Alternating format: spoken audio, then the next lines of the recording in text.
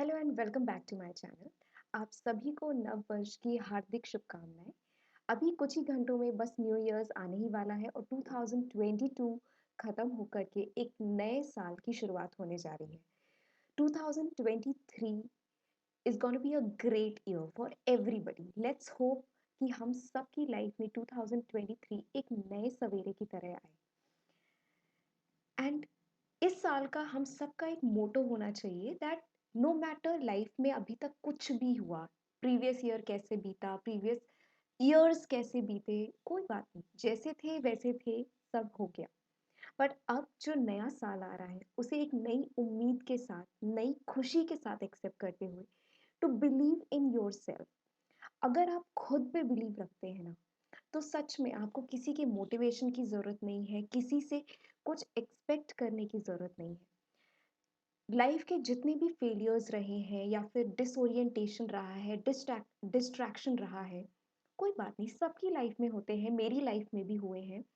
But उन चीज़ों को अब हम इसी साल में छोड़कर एक नए साल की तरफ चलते हैं, जहाँ पर हम ये खुद से वादा करते हैं कि और कोई हम पे भरोसा करे या ना करे, हम खुद पे भरोसा ज़रूर करेंगे और इस साल को हम अपने जीवन का सबसे बेस्ट ईयर बनाएंगे। इट डज़न्ट मैटर आप किस फील्ड में हैं, आप किस चीज़ की तैयारी कर रहे हैं, आप लाइफ में किस चीज़ के लिए अपने आप को प्रिपेयर कर रहे हैं, डज़न्ट मैटर। बट आप जो भी कर रहे हैं, अगर आपने फिगर आउट नहीं किया है अभी तक, तो भी चलेगा, कोई दिक्कत नहीं है। Just believe in yourself. सब कुछ समय से होता है। जब जिस चीज़ का सही समय आता है, सब हो जाता है। बस आपको धैर्य रखना है और अपने ऊपर विश्वास रखना है। जिस दिन आप अपने आप पर भरोसा करना सीख जाएंगे, खुद में बिलीव करना सीख जाएंगे, ट्रस्ट मी, दुनिया का कोई भी इंसान आपके बिलीफ को डगमगा नहीं सकता।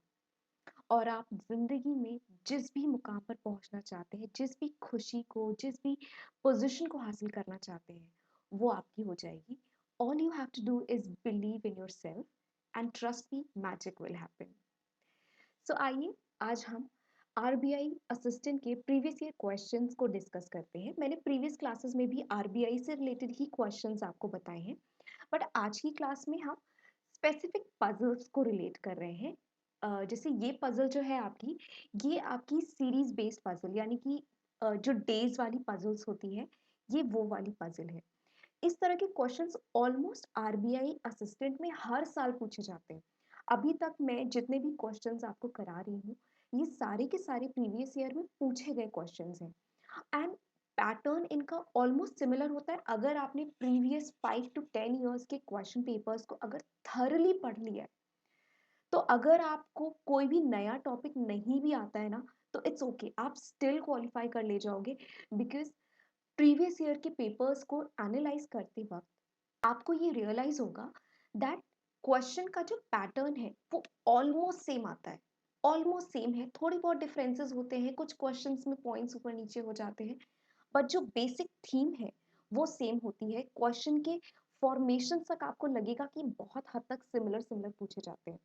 सो अगर आप आरबीआई असिस्टेंट 2023 का पहला पेपर देने वाले हैं, देन मेक श्योर कि आप, अगर आपके पास समय नहीं है, अगर आपने इतनी तैयारी नहीं करी हुई है पहले से, तो आप प्रीवियस ईयर के एटलीस्ट 10 ईयर्स, इफ नॉट तो आप 5 साल के भी लगा सकते हैं, बट अगर समय है आपके पास, 10 ईयर के प्रीवियस ईयर के क्वेश्चन, इंग्लिश के, क्वांट के, रीजनिंग के, आप लिटरली उनको रट लीजिए।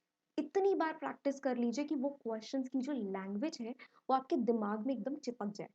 ट्रस्ट मी, आपका प्री बहुत इजीली क्वालिफाई हो जाएगा, क्योंकि क्वेश्चन का जो पैटर्न है वो प्रीवियस ईयर से बहुत रिलेट कर रहा होता है। There are not major changes. तो अगर आप आरबीआई असिस्टेंट 23 का सबसे पहला पेपर क्वालिफाई करना चाहते हैं, do not miss out the previous year question. So अब इस क्वेश्चन को देखते हैं। It's a very simple question, so let's start with the question. There are 7 plays A, B, C, D, E, F, G are held on 7 consecutive days starting on Monday and ending on Sunday. Monday से लेकर Sunday तक आपका जो sequence है वो चल रहा है कंजिकेटिव डेज का। कंजिकेटिव मतलब आपका लगातार होने वाली एक्टिविटी। इसमें कोई भी गैप नहीं होता, यानी कि मंडे के बाद Tuesday, Wednesday, Thursday, Friday and Saturday, Sunday. अगर हम इस क्वेश्चन को फॉर्मेट के बेस पे ड्रॉ करें तो लेट्स सी, यहाँ पर हम डेज लिख लेते हैं। तो डेज हमारे पास हो गए Monday, Tuesday, Wednesday, Thursday, Friday, Saturday and Sunday. ये हमारे पास 7 डेज हो गए। हम इसकी मिनिमम 2 पॉसिबिलिटीज बनाएंगे। सो अगर आपने मेरे प्रीवियस वीडियोस अगर देखे हैं तो आपने देखा होगा, आई ऑलवेज ट्राई कि आप मिनिमम 2 पॉसिबिलिटीज को लेके चलें। इवन तो अगर क्वेश्चन की लैंग्वेज सिंपल और 4 लाइन का भी क्वेश्चन हो ना, तो भी हमेशा 2 पॉसिबिलिटीज लेके चलिए। मे बी हो सकता है आपको दूसरी पॉसिबिलिटी की जरूरत ही ना पड़े और एक ही में आपका काम हो जाए, but always start with 2, because ये आपको, अगर किसी भी वजह से आपकी पहली पॉसिबिलिटी गलत हुई तो आपको पूरा क्वेश्चन फिर से नहीं पढ़ना पड़ेगा, भले ही क्वेश्चन छोटा क्यों ना हो। बस 4 लाइन का क्वेश्चन भी दोबारा पढ़ने में आपका एडिशनल समय चला जाता है, और यही डिफरेंस क्रिएट कर देता है सिलेक्शन एंड नॉन सिलेक्शन में। आपकी तैयारी में कमी नहीं होती है, बस टाइम मैनेजमेंट की दिक्कत हो जाती है। सो यहाँ पर हम देखते हैं, हमने सारी डेज मेंशन कर लिए और हमें ए से लेकर जी तक ये हमारे सारे लोग हैं जो गेम्स को प्ले कर रहे हैं।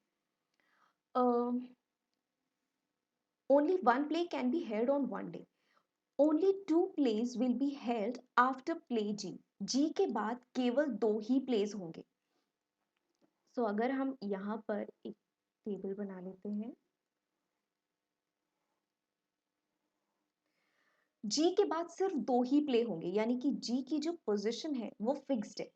किसी भी कंडीशन में आपके पास नीचे 2 ही प्लेस हो सकते हैं, उसकी जो पोजीशन है वो फिक्स्ड है। Next, only 2 place will be held between F and G. F और जी के बीच में केवल 2 प्लेस होंगे, तो नीचे तो एफ नहीं आ सकता बिकॉज यहाँ पर सिर्फ एक ही गेम हो पाएगा, और एफ और जी के बीच में 2 गेम होने हैं, यानी कि एफ की जो पोजीशन है वो आइदर कंडीशन में इसके अलावा कहीं नहीं जा सकती। So that means it's a fixed point. Next point देखते हैं, only 3 play will be held between play B and play E. केवल 3 प्ले होंगे बी और ई के बीच में। सो बी और ई के बीच में केवल 2 ही प्लेस होंगे। नेक्स्ट क्या है, play will sorry 3 plays, 3 plays होंगे और B will not be held on Sunday. So इनके बीच में 3 गेम होंगे और जो बी है वो संडे को नहीं हो सकता। सो बी संडे को नहीं हो सकता, तो संडे को ई तो हो सकता है, और इन दोनों के बीच में 3 गेम्स हैं, तो 1 2 3, यानी कि बी की पोजीशन आ गई यहाँ। अब क्या हम इस पोजीशन को कहीं और रख सकते हैं? लेट्स सी, अगर हम ई को यहाँ रख दें तो बी 1 2 3, बी को यहाँ आना होगा, which is not a possibility. Similarly अगर हम ई को यहाँ पे रख दें तो ई को यहाँ पे नहीं रख सकते, ई को अगर यहाँ रखते हैं तो भी there is no possibility. That means B और ई की जो पोजीशन है वो इसके अलावा कहीं और नहीं हो सकती, यानी कि ये भी जो इनकी पोजीशन है वो फिक्स्ड है। अब आगे का क्वेश्चन देखते हैं, play A will be held before play D and C. A जो है वो डी और सी से पहले होगा, ए जो है वो डी और सी से पहले होगा। Play C will be held after D. जो प्ले सी है वो डी के बाद होगा। प्ले सी जो है वो डी के बाद, यानी कि ये ही सीक्वेंस आपका रहेगा। अब यहाँ पे देख लेते हैं, यहाँ पे जो हमारी कंडीशन है डी और सी ए के बाद ही होंगे, तो यहाँ पे 2 ही पोजीशन है, यानी कि एक ही पॉसिबिलिटी हमारी बनती है कि ये हमारा करेक्ट सीक्वेंस। तो यहाँ पर आपने देखा कि दूसरी पॉसिबिलिटी की जरूरत ही नहीं पड़ी, क्योंकि एक ही में आपकी सारी पोजीशंस लगती जा रही थी, बट हमने फिर भी सेफर साइड पे 2 पॉसिबिलिटीज बनाई। बट हमारा एक ही से काम चल गया और दोनों में हमें कहीं ना कहीं सेम पोजीशंस ही पुट करनी पड़ी, हमें वैल्यूज को चेंज नहीं करना पड़ा। बट ऐसा हमेशा नहीं होगा। सो हमेशा 2 पॉसिबिलिटीज के साथ ही बनाए। सो आइए इससे रिलेटेड कुछ क्वेश्चंस को सॉल्व करते हैं। Play D will be held on which day? अब डी किस दिन पे हो रहा है? D is happening on Thursday, यानी कि option number D. Which play will be held immediately after C? C के जस्ट बाद किसका गेम हो रहा है? वो है ई का, यानी कि ऑप्शन नंबर ए। अब नेक्स्ट देखते हैं। If play F is related to Monday in a certain way based on the given schedule, यानी कि F is related to Monday. So अगर हम देखें तो Monday is over here and F is over here. So इन दोनों के बीच में एक रिलेशन है। नेक्स्ट है similarly if play G is related to Thursday, जो G है आपका वो थर्सडे से रिलेट कर रहा है, यानी कि इन दोनों के बीच में एक रिलेशन है। In the same way, play B is related to which of the following days? अब इसी पैटर्न को फॉलो करते हुए B किस दिन से रिलेट कर रहा है, यानी कि B की अगर बात की जाए तो B will relate to Tuesday in the same way, यानी B जो है वो आपका ट्यूसडे से रिलेट करेगा, यानी कि आपका करेक्ट आंसर हो जाएगा option number C, Tuesday. Next question is which play will be held on Monday? Monday को कौन सा प्ले होगा? सो मंडे को कौन सा हो रहा है? मंडे को आपका ए हो रहा है। So Monday is a, that is option number E. Next question देखते हैं। If all 7 plays are held in the alphabetical order of their names starting on Monday and ending on Sunday, the positions of how many will remain unchanged as compared to the original schedule?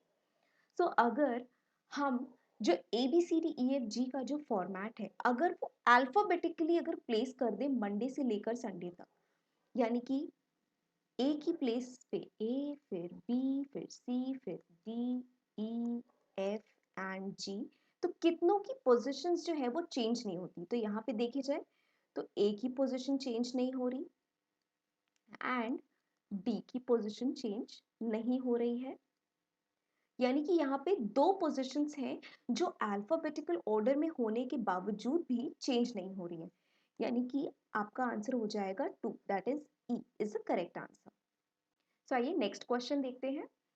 अब ये question जो है वो आपका circular arrangement का है, और circular arrangement सुनने में भले ही बहुत टफ लगता है बट ये बहुत इजी रहता है, बस आपको स्टेप्स को फॉलो करना होता है। और सर्कुलर अरेंजमेंट में कई तरह के क्वेश्चंस बनते हैं, जिसमें इनवर्ड फेसिंग, आउटवर्ड फेसिंग, एक इनवर्ड एक आउटवर्ड, तरह के बहुत सारे कॉम्प्लिकेटेड क्वेश्चंस बनते हैं। बट आरबीआई असिस्टेंट में अभी तक जो आप पैटर्न देखेंगे वो प्रीवियस जितने भी क्वेश्चन पेपर्स हमने सॉल्व किए उसमें सब में सिमिलर डायरेक्शन ही रहा है। तो जो लेवल ऑफ सर्कुलर अरेंजमेंट आपका आता है वो काफ़ी इजी है, तो आप इस क्वेश्चन को बिल्कुल भी स्किप ना करें, बस ध्यान से पढ़ें और इजीली आपका ये क्वेश्चन जो है वो सॉल्व हो जाएगा। तो आइए स्टार्ट करते हैं। M N O P Q R S T and U, यानी कि ये टोटल हो गए आपके 1 2 3 4 5 6 7 8 9, देर आर टोटल 9 पीपल जो कि एक सर्कुलर टेबल के अराउंड बैठे हुए हैं फेसिंग द सेंटर, यानी कि दो टेबल्स हैं यहाँ पे, और ये दोनों लोग कहाँ देख रहे हैं? सेंटर में देख रहे हैं। टोटल 9 पीपल हैं, 1 2 3 4 5 6 7 8 9, 1 2 3 4 5 6 7 8 9, तो total 9 people are sitting around the tables, और सब के सब कहाँ देख रहे हैं? सेंटर में देख रहे हैं। n is fourth to the left of s, यानी कि s के लेफ्ट में n बैठा हुआ है। सो अगर आप किसी भी सेंटर टेबल के बीच में बैठते हैं तो आपका जो फेस है वो टेबल की तरफ होगा। सो यानी कि इस क्वेश्चन के अकॉर्डिंग जो आपका राइट होगा वो ही क्वेश्चन का भी राइट है, जो आपका लेफ्ट है वो ही क्वेश्चन का भी लेफ्ट होगा, बिकॉज आप सेंटर में ही देख रहे हो। सो यहाँ पर हम n को अगर प्लेस कर दें तो n के n कहाँ बैठा हुआ? Fourth to the left of s, यानी कि s कहीं इधर बैठा होगा फोर्थ पोजीशन पे, 1 2 3 4, यानी कि s जो है वो आपका इस पोजीशन पे आ जाएगा, और ये आपकी सेम पोजीशन रहेगी, इसको चेंज करने की जरूरत नहीं, because there is only one possibility. Next देखते हैं, who is second to the right of o? जो s है वो o के सेकंड राइट की तरफ बैठा हुआ है सेकंड पोजीशन पे, यानी कि ओ जो है वो आपका यहाँ बैठा होगा, तभी तो एस उसके सेकंड पोजीशन पे आ रहा है राइट में। उसके बाद क्या कह रहा है, R is fourth to the right of O and is second to the left of U. R, अब पहले आधे सेंटेंस को देखते हैं। R is fourth to the right of O, यानी कि ओ के राइट में फोर्थ पोजीशन, फोर्थ पोजीशन इसकी राइट क्या होगी, ये साइड, इस डायरेक्शन में। सो 1 2 3 4, यानी कि आर जो है वो आपका यहाँ आ जाएगा। सिमिलरली यहाँ पे भी 1 2 3 4 आर आपका इस पोजीशन पे ही रहेगा। And is second to the left of U, R के रिस्पेक्ट में बोला जा रहा है, यानी कि वो ओ से चौथे पोजीशन पे उसकी राइट में है और यू से सेकेंड पोजीशन पे है उसकी लेफ्ट में। लेफ्ट यानी कि वो इस डायरेक्शन में देखेगा, यानी कि यू की पोजीशन जो है वो यहाँ पे होगी, तभी वो उसके लेफ्ट में यहाँ पर आ रहा है सेकेंड। सिमिलरली यहाँ पर भी यू की पोजीशन ये रहेगी। P is not an immediate neighbour of you, either you और एन, यानी कि P जो है वो ना ही यहाँ पे आ सकता है ना ही यहाँ पे आ सकता है। तो P कहाँ पे आ सकता है, it will come either here और हियर। तो यहाँ पर इसको रख के देख लेते हैं, P is one position here और P की एक पोजिशन हो गई ये हमने दो पॉसिबिलिटीज बना ली। नेक्स्ट क्या है, M is not the neighbour of R। M जो है वो R का नेबर नहीं है, तो M यहाँ पे तो नहीं आ सकता, यानी कि M आपका कहाँ पे आएगा, आइदर हियर और हियर। तो अभी एक बार वेट कर लेते हैं किस जगह पे हमें M को प्लेस करना है। It should be either over here और आइदर ओवर हियर। सिमिलरली अगर इस पॉसिबिलिटी में देखें तो M कहाँ नहीं आ सकता, वो R का नेबर नहीं है, तो वो यहाँ भी नहीं आ सकता यहाँ भी नहीं आ सकता। M की पोजिशन जो है वो फिक्स्ड हो गई यहाँ पर। अब नेक्स्ट देखते हैं, T is third to the right of Q। T कहाँ बैठा हुआ है, Q के राइट में, Q के राइट में, यानी कि अगर Q इस जगह होगा तो उसके थर्ड पोजीशन पे राइट साइड पे T यहाँ आएगा, यानी कि M की पोजीशन हो गई आपकी ये। सो ये सेट हो जाता है आपका। अब यहाँ पर देखते हैं, इज इट पॉसिबल, यहाँ पे ये केस पॉसिबल ही नहीं है, बिकॉज यहाँ पर T और Q के बीच में 3 का गैप ही नहीं आता, यानी कि ये आपकी जो इक्वेशन है वो गलत हो गई। This one is the correct one. So अब इससे रिलेटेड कुछ क्वेश्चंस को देख लेते हैं। Who among the following is second to the right of U. U से who is second to the right of U, second to the right of U, U का right क्या है ये, यानी कि option number C, that is T is second to the right of U. Next क्या है, who is sitting third to the right of one, who is sitting second to the right of M. तो पहले आधे statement को देखते हैं, ये M के रिस्पेक्ट में पूछा गया है। Sitting second to the right of M, second to the right of M, M का राइट किधर है, इधर, यानी कि सेकेंड कौन है, पी। पी के रिस्पेक्ट में आगे क्या पूछा गया है, who is sitting third to the right of that one, यानी कि third to the right of P, 1 2 3, यानी कि यू, यू इज सिटिंग, यानी कि option number C is C is the correct answer. अब नेक्स्ट देखते हैं, how many persons are sitting between T and P if counted anti-clockwise from P? T और P के बीच में, so T is over here and P is over here। और हमें कैसे count करना है, एंटी क्लॉकवाइज। तो क्लॉक हमारी कैसे चल रही होती है, ऐसे, हमें कैसे काउंट करना है, ऐसे, एंटी क्लॉकवाइज, यानी कि 1 2 3। सो इन पूछा गया है how many person sit between them, तो इनके बीच में कितने लोग बैठे हुए हैं, यहाँ पर 1 2 and 3, there are 3 people who are sitting between T and P when counted anti-clockwise. What is the position of M with respect to T? T के रिस्पेक्ट में देखा जाए तो M की क्या पोजिशन है, T के रिस्पेक्ट में देखिए तो M कहाँ बैठा हुआ है, वो उसके राइट में बैठा है, किस पोजिशन पे, सेकेंड पोजिशन पे। तो यहाँ देखिए फर्स्ट ऑप्शन ही आपका दिया हुआ है, second to the right, T के रिस्पेक्ट में ही sitting second to his right. अब नेक्स्ट क्वेश्चन देखते हैं, who sits third to the left of Q.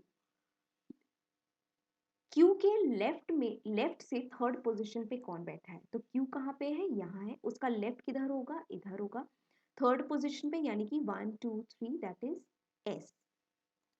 Who is sitting? S, that is option number B. So I hope आपको ये questions easy लगे होंगे, और आपके आरबीआई असिस्टेंट के पेपर में अगर इस पैटर्न पे क्वेश्चन आते हैं तो प्लीज़ इन्हें बिल्कुल भी स्किप ना करें, और बिल्कुल भी अगर 2022 आपका जैसा आप चाहते थे वैसा अगर नहीं बीता है तो कोई बात नहीं, इस ईयर फिर से तैयारी करते हैं, फिर से शुरुआत करते हैं, फिर से ज़िंदगी को एक नए रंग के साथ रंग देते हैं. सो 2023 की जो शुरुआत है उसे एकदम रॉकिंग तरीके से कीजिए. सो अगर आपको ये वीडियो अच्छा लगा हो तो इसे लाइक कीजिए, शेयर कीजिए, सब्सक्राइब कीजिए. Thank you so much for watching.